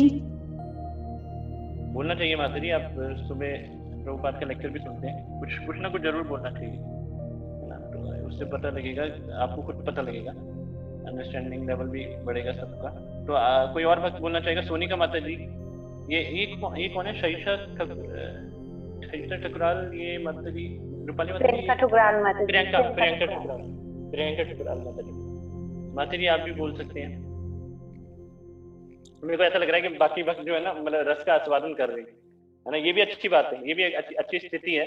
जैसे भैंस जो होती है वो एक बार खाने के बाद चारा काफी मतलब 6-7 घंटे तक वो जुगाली करती है, तो ये एक अच्छी स्थिति है ना। तो भक्त भी ऐसे ही होते हैं प्रभु जी। ये भी हो सकता है कि वो इतनी स्वीट मतलब बातों को सुन के निंदा का आस्वादन कर रहे हो। यस हो सकता है माता जी, बिल्कुल। सुंदर गोपाल प्रभु जी ने एक बार कहा था, मैंने कुछ पूछा था, तो प्रभु जी कह रहे थे कि भाई पहले आप जो सुन लिया है ना उसको रेलिश करो 1 हफ्ते तक। मतलब जैसे भैंस होती है ना, जो गाली करती है उसको रेलिश करो। तो भक्त हमारे बहुत अच्छे हैं, हमारे वरिष्ठ हैं और मतलब बहुत अच्छे भी हैं। और वो भक्त मेरे को पूरा यकीन है कि अगर वो निद्रा में भी जाएंगे तो उनकी जो निद्रा होगी वो लाइक योग निद्रा होगी, मतलब उसमें भी वो योगी करेंगे, उसमें भी योगी ही करेंगे वो, है ना। तो वो भी भक्ति योग है ना। तो ये बहुत अच्छी बात है कि आप भक्तों के संग में भी अगर सोते हैं तो बहुत सौभाग्यशाली है। तो ठीक है, तो और कोई कुछ बोलना चाहेगा या फिर हम नेक्स्ट सेशन हैंड ओवर करते हैं रूपाली माता जी को, जो हम प्रभु जी अभी कंप्लीट नहीं हुआ है, अभी ज्योत्सना माता जी बच रहे हैं। अच्छा ज्योत्सना माता जी, ज्योत्सना माता जी अभी नीचे का, हाँ नीचे लास्ट अभी एक पैराग्राफ बचता है प्रभु जी। हाँ पढ़ा, हाँ वो बच रहा है माता जी। यस ज्योत्सना माता जी पढ़िए। हाँ जी पढ़िए माता जी, ज्योत्सना माता जी। अपने भक्तों की रक्षा, ये अपने भक्तों की रक्षा तथा उनके निर्वाह का जिम्मा कृष्ण स्वयं ही ले लेते हैं। माया देवी यानी कृष्ण की बहिरंगा शक्ति सामान्य लोगों को का जिम्मा लेती है। माया देवी कृष्ण की एजेंट है और वह बद्ध जीवों को दंड देने के लिए तैयार है। यह राज्य जैसी स्थिति ही है। अच्छे नागरिकों की देखभाल सीधे सरकार करती है और अपराधियों की देखरेख बंदी विभाग के माध्यम से कराती है। जय श्री कृष्णा। बहुत अच्छा लिखा। हरे हरि बोल। ये तो मेन पॉइंट था प्रभु जी। कोई बताएगा इसके बारे में? अपराधियों की हरि बोल। प्रभु जी, प्रभु अच्छे नागरिकों की देखभाल करते हैं। अच्छे नागरिक कौन होते हैं और अपराधी कौन होते हैं, पहले तो यही समझने वाली बात होती है। बहुत गहरी बात है, ये गहराई वाली बात है कि हम किसको अच्छा मानते हैं और इसको किसको अपराधी मानते हैं। आजकल अपराधी सबसे ऊंचे बने हुए हैं, वो सब कुछ करना चाहते हैं, अच्छे नागरिकों का तो पता ही नहीं चलता। अगर यही गहराई समझ में आ जाए कि अच्छा नागरिक कौन है और अपराधी कौन है और हमें क्या बनना है, प्रभु की शरण में हम कैसे आ सकते हैं, श्री कृष्ण की शरण में कैसे आएंगे, कैसे ईश्वर हमारी जिम्मेदारी ले रहे हैं और हम उन्हें धन्यवाद दें और इस बात को स्वीकार करें और समझें कि हमारी श्री कृष्ण जिम्मेदारी लेंगे और हम जिसके द्वारा ये ज्ञान प्राप्त कर रहे हैं, जो एस्टेब्लिश्ड संस्थाएं हैं और एस्टेब्लिश्ड गुरु है, वो हमारी भलाई के लिए ही ये सारे काम कर रहे हैं, हमको तारने के लिए, संसार सागर से तारने के लिए काम कर रहे हैं। तो मुझे लगता है हमारी तो सारी समस्याएं सुलझ जाएंगी। जय श्री कृष्णा प्रभु जी। हरि बोल। बहुत बढ़िया। और कोई किसी की अंडरस्टैंडिंग और कुछ? बहुत इंपॉर्टेंट लाइन है। कोई किसी की और कुछ अंडरस्टैंडिंग जिन्होंने अभी तक नहीं बोला? ऑलमोस्ट काफी माताओं ने बोला यार। निशा माता जी, रितिका माता जी, प्रियंका माता जी, आकांक्षा, वंदना पांडे, इंदु माता जी सब बोल चुके हैं। ज्योत्सना माता जी, और कोई जो रह गए हैं वो बोलना चाहे तो? हरे कृष्णा प्रभु जी। निशा माता जी अगेन बाउंस बैक करें। माता जी बोलिए। माता जी प्रभु जी, इससे ये समझ में आता है कि जब हम प्रभु के प्रति पूर्णतः समर्पित होकर भक्ति करते हैं तो प्रभु हमारी सारी चीजों का जिम्मा खुद ही ले लेते हैं। हमारे निर्वाह का, हमारे सुख जीवन का, हमारी भक्ति का, हमारी प्रॉब्लम्स का, हर चीज का जिम्मा प्रभु खुद लेते हैं। लेकिन जो भक्त नहीं है, जो प्रभु को समर्पित नहीं होते, ऐसे लोगों का जो बाद में जो न्याय है वो माया देवी जी करती हैं और उनको उनके कर्मों के अनुसार अच्छे और बुरे फल देती है। हरे कृष्णा। बहुत बढ़िया। हरि बोल। अब मैं आपको एक चीज बताऊंगा, थोड़ा अजीब सा लगेगा, ध्यान से सुनिएगा। जैसे मैंने पिछले कई सेशंस में बताया था, थॉट प्रोसेस कैसे हमें सोचना है। कभी भी ये मत सोचिए कि आप भक्त हैं, ऑल्दो आप भक्ति में हैं, लेकिन ये मत सोचिए कि आप भक्त हैं। जब भी कोई रेस जीतनी होती है तो जो है, अगर हम पहले से ही मतलब जो है कुछ सोच लेंगे मैं मतलब ये तो मैं जीत ही जाऊंगा, तो हम उसमें एफिशिएंसी नहीं ला पाएंगे। हमें जब जितने भी रेसर्स होते हैं वो क्या करते हैं, वो ना अपनी चुनौतियों को और बढ़ाते हैं। जैसे 100 मीटर की जो रेस होती है उसके बीच में कुछ हर्डल्स डालते हैं, रुकावटें डालते हैं, है ना। तो उसी तरीके से हमें अपनी सोच के अंदर कुछ रुकावटें डालनी पड़ेंगी कि मैं भक्त नहीं हूँ, एक्चुअल में मैं अपराधी हूँ। हम क्या सोचते हैं कि वो अपराधी है जिसने खून कर दिया, जो भक्ति नहीं कर रहा वो अपराधी है। नहीं, हम अपराधी हैं, हमें ये सोचना है, क्योंकि हम इस भौतिक संसार में खड़ रहे हैं और हमारे अंदर भी काम, क्रोध, लोभ, मोह, मद, मत्सर्य है। तो जब हम ये सोचेंगे कि हम अपराधी हैं, तब हमें ये प्रेरणा मिलेगी, इसे कहते हैं नेगेटिव मोटिवेशन। तब हमें ये प्रेरणा मिलेगी कि हमें इस पागलपन से बाहर निकलना है। तब हमें ये प्रेरणा मिलेगी कि हमें अपनी स्थिति के बारे में पता लगेगा। लेकिन हम ये सोच लेंगे कि हम भक्त हैं तो कभी भी अपनी स्थिति को नहीं समझ पाएंगे, है ना। हम भ्रम में रहेंगे, क्योंकि एक बार प्रभुपाद पूर्ण प्रश्न और पूर्ण उत्तर प्रभुपाद की एक बुक है, उसके अंदर बॉब से कन्वर्सेशन होता है प्रभुपाद जी का। तो उसमें एक शब्द लाइन में वो बताते हैं कि हम कन्वर्सेशन के दौरान एग्जैक्टली तो लाइन मेरे को ध्यान नहीं आ रही, लेकिन उसमें बताते हैं कि हमें भौतिक शरीर मिला है, इसका मतलब हम अपराधी हैं। हमें भौतिक शरीर मिला है जिसके अंदर इतना कष्ट हो रहा है। अगर हम अपराधी नहीं होते तो हमें बुखार क्यों होता है? अगर हमें अपराधी नहीं है तो हम बूढ़े क्यों हो रहे हैं? अगर हम अपराधी नहीं है तो मर क्यों नहीं, है ना। अगर हम अपराधी नहीं है तो हमारा मन हमें जीने क्यों नहीं दे रहा? हम सोचते हैं कि वो अपराधी है, नहीं, हम खुद अपराधी हैं। हमें ये सोचना है। ये दृष्टिकोण अगर आप रखेंगे तो आप बहुत आगे जा पाएंगे। नहीं तो क्या होगा, हम भक्त हैं और भक्त करते हुए पता चला कि भाई लास्ट में हो सकता है कि यमदूत लेने आ जाए ऐसा भी हो सकता है, उल्टी गंगा भी बह सकती है ना। क्योंकि भगवान जो है ना बहुत क्लेवर है। भगवान कहते हैं मैं मोस्ट क्लेवर हूँ, आप मुझे चकमा नहीं दे सकते। हम सबको पता है कि हमारी स्थिति क्या है। मैं अपनी भी बात करूँ, मुझे भी पता है मेरी स्थिति क्या है।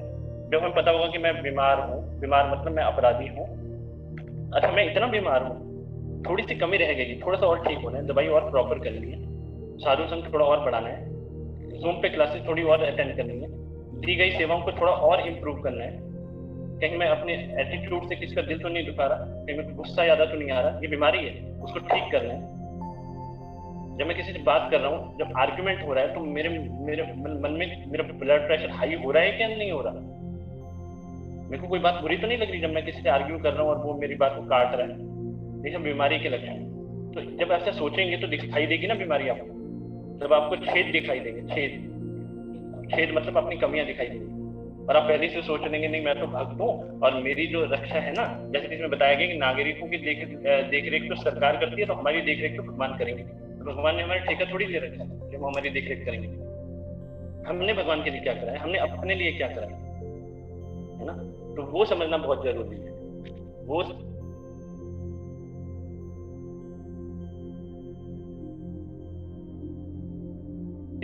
समझना है और इस तरीके से समझना है, ये सोचते हुए कि मैं अपराधी हूँ, कब सुधरूंगा मैं? कब वो दिन आएगा जब मैं सुधर जाऊंगा? कब वो दिन आएगा जब मैं भगवान के नाम का जप कर पाऊंगा?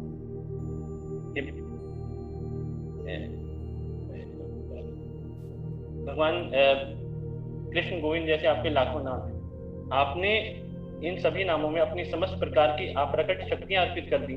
इन नामों का उच्चारण करने में देश काल आदि का कोई भी नियम नहीं है। हे भगवान, आपने तो अपनी कृपा के कारण हमें अत्यंत सरलता से भगवत प्राप्ति कर लेने में समर्थ बना दिया है, किंतु मैं इतना दुर्भाग्यशाली हूँ कि आपके ऐसे नाम में मेरा तनिक भी अनुराग नहीं। ऐसी भावना, ये मतलब मेरी भावना नहीं है, मैं तो शिक्षाष्टकम के श्लोक के बारे में बता रहा हूँ, उसका अनुवाद है।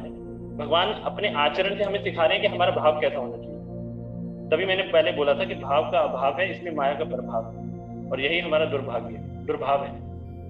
इसलिए ये समझना चाहिए, ठीक है। तो अभी नेक्स्ट मैं हैंड ओवर करता हूँ श्री नाम अमृत, पवित्र नाम का अमृत रूपाली माता जी को। Hare Krishna. Hare Krishna. Thank you so much प्रभु जी। रीडिंग के लिए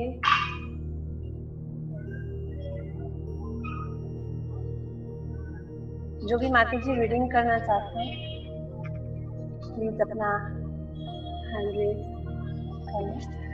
आई थिंक दो ये बात बीना माता जी ने पढ़ लिया क्या? इनका हैंड दे देना प्रभु जी। शायद अभी उनके पास ना ये नहीं है, डॉक्यूमेंट्स नहीं है बीना माता जी के पास। अच्छा, नहीं शेयर हो रही है ना, स्क्रीन हो रही है शेयर। ओके, बीना माता जी अगर पढ़ना चाहते हैं तो आप स्क्रीन से पढ़ सकते हैं माता जी। प्रभु जी दंडवत प्रणाम। मैं सीमा त्रिपाठी, क्या मैं पढ़ूं? सीमा त्रिपाठी माता जी पढ़ना चाह रहे हैं? ठीक है। श्री नामामृत नाम का अमृत प्रष्टात श्री मदेसी भक्ति वेदांत स्वामी श्रील प्रभुपाद की जय। पढ़ सकते हैं माता जी। इसके बाद आकांक्षा माता जी पढ़ेंगे। जी जी हरे कृष्ण।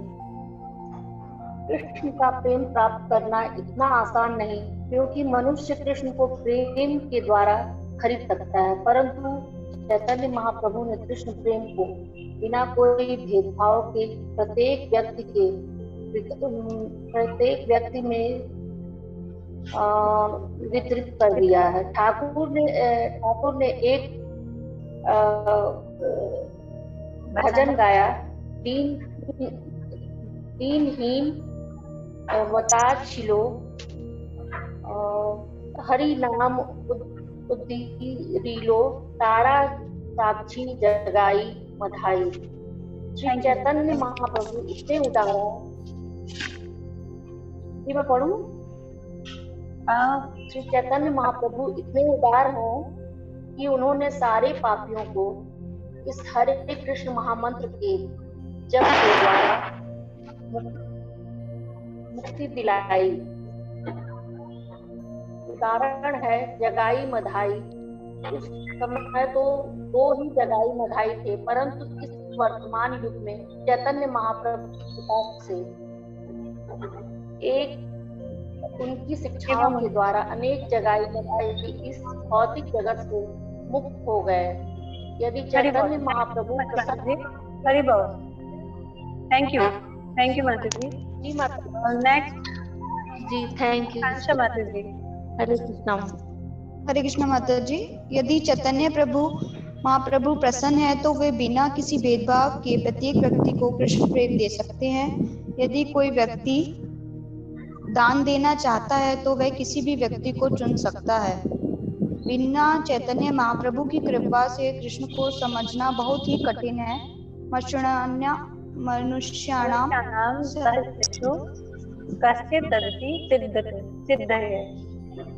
भगवद गीता 7.3। कई हजार मनुष्यों में से कोई एक सिद्धि के लिए प्रयत्नशील होता है। व्यक्ति साधारण जानवर की तरह कार्य करता रहता है। मनुष्य की हरे कृष्ण माता जी। हरि बोल। हरि बोल। श्रील प्रभुपाद की हरि बोल। हरि बोल। हरि बोल। अभी हम लोगों ने जैसे अभी पढ़ा है, माता जी ने बताया कि चैतन्य महाप्रभु ने कृष्ण प्रेम को बिना कोई भेदभाव के प्रत्येक व्यक्ति में विकसित किया है। आज हम थोड़ा सा महाप्रभु के बारे में जानने का प्रयास करेंगे। चैतन्य महाप्रभु भगवान कृष्ण ही है स्वयं, क्योंकि वो यहाँ पर हमें सिखाने के लिए आए कि कैसे कृष्ण भक्ति की जा सकती है। और भगवान ने मतलब सब जगह पर प्रेम का वितरण किया है। वो जिसको भी कृपा कर देते, जिसके ऊपर भी हाथ रख देते, जिसके ऊपर भी कृपा दृष्टि डाल देते थे, वो कृष्ण प्रेम से ओतप्रोत हो जाता था। यहाँ पर प्रभुपाद ने हमें जगाई मधाई के बारे में बताया। जगाई मधाई उस समय के बहुत पतित व्यक्ति दो व्यक्ति थे, हुआ करते थे, जिन्होंने मतलब काफी कुछ जो आज के समय में हम लोग जो देख रहे हैं, उस समय ये सब चीजें आम नहीं थी, जिससे कि पाप आजकल बढ़ रहे हैं ना कलयुग में। तो इनका दोनों का नाम इन चीजों की लिस्ट में सबसे ऊपर हुआ करता था। लेकिन महाप्रभु ने इन पे विशेष कृपा की। नित्यानंद प्रभु की कृपा इनके ऊपर हुई और उन्होंने भगवान से आग्रह किया और भगवान ने उन्हें कृष्ण प्रेम दिया और फिर वो भगवान के परम भक्त बन गए थे। तो आप यहाँ पर इससे घटना से ये समझ सकते हैं कि भगवान के लिए कोई भेदभाव नहीं है ना। और भगवान का सिर्फ और सिर्फ नाम लेने से ही इंसान का जो है ना चित्त, उनकी वृत्ति बदल जाती है, चित्त वृत्ति बदल जाती है, उनका चरित्र बदल जाता है ना। जगाई मधाई को कृष्ण प्रेम मिला, उन्होंने हरि नाम किया, भगवान के नाम से ही उनके अंदर में परिवर्तन आया। तो ये कृष्ण प्रेम का जो है ना प्रभाव था, कृष्ण नाम का प्रभाव था। तो यही है, यदि कोई व्यक्ति दान देना चाहता है तो वह किसी भी व्यक्ति को चुन सकता है। यहाँ पे भगवान कह रहे हैं कि प्रभुपाद कह रहे हैं कि हमें भगवान नाम का जो दान देना चाहिए वो महत्वपूर्ण है। लोग दान तो देते हैं, जैसे हम लोग अभी ये पुरुषोत्तम मास चल रहा है, इसमें भी लोग काफी बाद में दान करेंगे। पुरुषोत्तम मास खत्म होते ही हम लोग डिफरेंट व्रत करते हैं, त्योहार करते हैं, तो माताएं मैक्सिमम क्या करती हैं, अन्न दान करेंगी, लक्ष्मी दान करेंगी, लेकिन हमें उसकी पात्रता पता नहीं होती तो उसके कई बार रिएक्शंस भी आ जाते हैं। लेकिन ये हरि नाम ऐसा है कि हम किसी को भी दान कर सकते हैं, किसी को भी हम बता सकते हैं कि आप भगवान का नाम लिए, और उसका प्रभाव भी पड़ता है। नेक्स्ट पैराग्राफ पढ़ेंगे माता जी।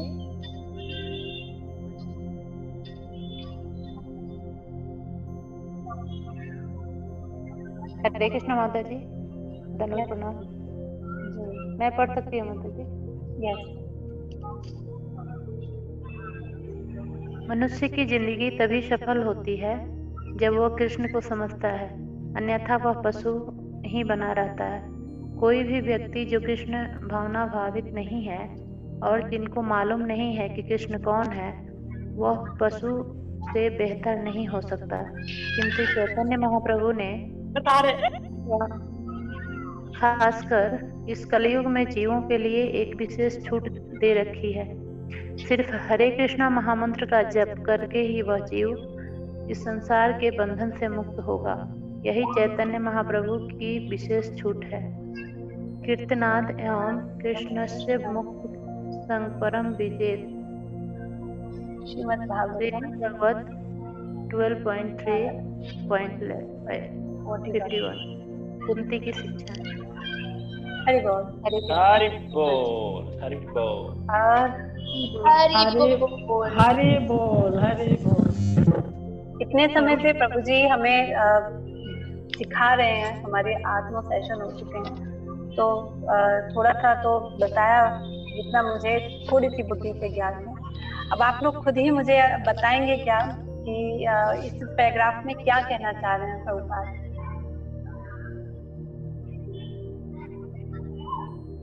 हरि बोल। कोई माता जी या कोई प्रभु जी शेयर करना चाहेंगे? हरे कृष्णा माता जी। जी माता जी। माता जी इस पैराग्राफ में बता रहे हैं कि अगर कोई भी मनुष्य श्री कृष्ण जी को नहीं समझने का प्रयास करता और उनकी भक्ति नहीं करता तो वो पशु ही रहता है, क्योंकि जो पशु होते हैं वो भी यही करते हैं, खाना पीना सोना, और जो हम भी हैं फिर हम भी वही कर रहे हैं। अगर हम इस विशेष जन्म को भी सफल नहीं बना दे प्रभु को जान के, तो हम भी फिर पशु के समान ही व्यवहार कर रहे हैं, हम भी पशु ही हैं। और किसी का कोई कोई व्यू माता जी? हरि बोल, हरि बोल। और कोई माता जी शेयर करना चाहेंगे? हरे कृष्ण प्रभु जी। यस माता जी। अरुणा मित्तल माता जी। अरुणा मित्तल प्रभु जी। हरे कृष्णा प्रभु जी। ये इसमें प्रभुपाद जी बता रहे हैं कि पहले पर्वतों पे और किसी तरह से कितने आंधी तूफानों में लोग पूजा करते थे, तपस्या करते थे, फिर भी वो फल नहीं मिलता था। इसीलिए विशेष छूट के लिए चैतन्य महाप्रभु जी की यही छूट है कि केवल और इस महामंत्र के जाप से ही मुक्ति मिल सकती है और हम सब कुछ सारे बंधन से मुक्त हो सकते हैं। जो फल सत्युग में इतनी तपस्या के बाद नहीं मिलता था, हमको घर बैठे और केवल इस जाप से और भगवान भक्ति में अच्छे से लग जाए, केवल सबसे बड़ी छूट है। इससे ज्यादा और कुछ नहीं हो सकता कि इतनी इजीली हो सके। Yes Hare Krishna. Thank you so much. Hari बोल, हरि बोल। मतलब ये क्वेश्चन है माता जी। हाँ माता जी, मैं सबसे पूछना चाहता हूँ, अभी दिवाली आने वाली है, छूट लगेगी, तो आप सब माताएं जो है, माताएं वैसे भी शॉपिंग में उस्ताद होती हैं, तो आप सब में से कौन कौन शॉपिंग करने जाना चाहेगा? कोई बताना चाहता है? सेल की शॉपिंग है ये प्रभु जी। हाँ, कौन कौन करेगा? किसकी मतलब ये हॉबी है कि शॉपिंग करने जाना वो जाता हो? धमाका सेल। हाँ जी माता जी, धमाका सेल। धमाका सेल, हाँ। तो सभी माताएं शॉपिंग तो करती होंगी, इतना तो पक्का पता है हमें, है ना। आकांक्षा माता जी, आरती मित्तल, आरती माता जी, वंदना पांडे माता जी, मीना पांडे माता जी, जी प्रभु जी। जी माता जी, शॉपिंग करने जाते हैं आप? जी प्रभु जी, आज का डिजिटल ही हो रहा है प्रभु जी, सब डिजिटल हो रहा है। हाँ हाँ माता जी, यहाँ पे भी डिजिटल सेल लगे। जी प्रभु जी। हाँ, तो मतलब क्यों जाते हैं शॉपिंग? दिवाली, जब दिवाली आती है क्यों जाते हैं सब शॉपिंग करने? दिवाली पे ऐसे खास क्यों, क्या होता है जो शॉपिंग करने जाते हैं? इसलिए कि इस है उस पे उतना छूट आ गया है, चलो उसका लाभ ले। हाँ, तो छूट का लाभ लेने, तो इस एक जानवर शब्द यहाँ पे यूज हुआ है ना, यहाँ पर क्या नाम है, पशु। तो एक मेरे को एक इंसिडेंस याद आ गया कि प्रभुपाद के पास एक कुत्ता आया और प्रभुपाद कुछ खा रहे थे, है ना, तो वो एक बार भौंका, प्रभुपाद ने कुछ नहीं दिया, फिर वो दोबारा भौंका, फिर भी कुछ नहीं दिया, वो 3-4 बार भौंका, लास्ट में प्रभुपाद ने उसको दिया कुछ खाने के लिए प्रसाद। तो प्रभुपाद से उनके शिष्य बोले कि आप प्रभुपाद पहली दफा में भी तो दे सकते थे उनको। तो प्रभुपाद जी ने कहा कि मैं पहली दफा में दे सकता था, लेकिन those who bark will get the mercy। मतलब ये छूट, यहाँ छूट मिली हुई है, हमें छूट मिली हुई है, जैसे जूम पर हमें छूट मिली हुई है, और चैतन्य महाप्रभु की कृपा से, प्रभुपाद की कृपा से हमें छूट मिली हुई है, लेकिन वो छूट का फायदा वही उठा पाएगा जो उत्साह दिखाएगा, जो इनिशिएटिव लेगा, जो समझने का प्रयास करेगा, ठीक है। तो वो इस छूट का फायदा उठा पाएगा और कोई नहीं उठा पाएगा। तो इस चीज को हम रिलेट कर सकते हैं, बस इतना ही बोलना था मैं। इसलिए आप सबसे प्रार्थना है कि आप शेयर करिए पॉइंट। अरे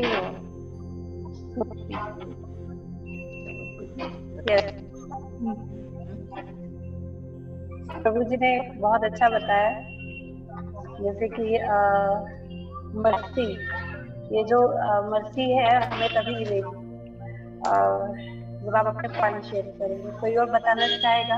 पूरे पैराग्राफ में से, पूरा नामामृत में से कहीं से भी आप कुछ भी लेके बता सकते हैं जो आपको अच्छा लग रहा है। ये तो फिर मैं ही बोल पड़ूंगी। Thank you. हरि बोल। ठीक है, तो अभी हमारा लास्ट का जो है ये थोड़ा सा मतलब ये कवर कर लें या फिर ये नेक्स्ट टाइम करेंगे? प्रभु जी एक बस आप देख लीजिए, आप क्योंकि प्रचारी सार आप करेंगे कवर, तो कोष्ठानंद जी और भजनानंद जी के बारे में। ठीक है, ये हम नेक्स्ट टाइम करेंगे, थोड़ा समझाना पड़ेगा। ठीक है, अभी ना मेन मुद्दे पे आते हैं, कुछ डिस्कस करना चाहता था आपसे, वो डिस्कस कर लेते हैं।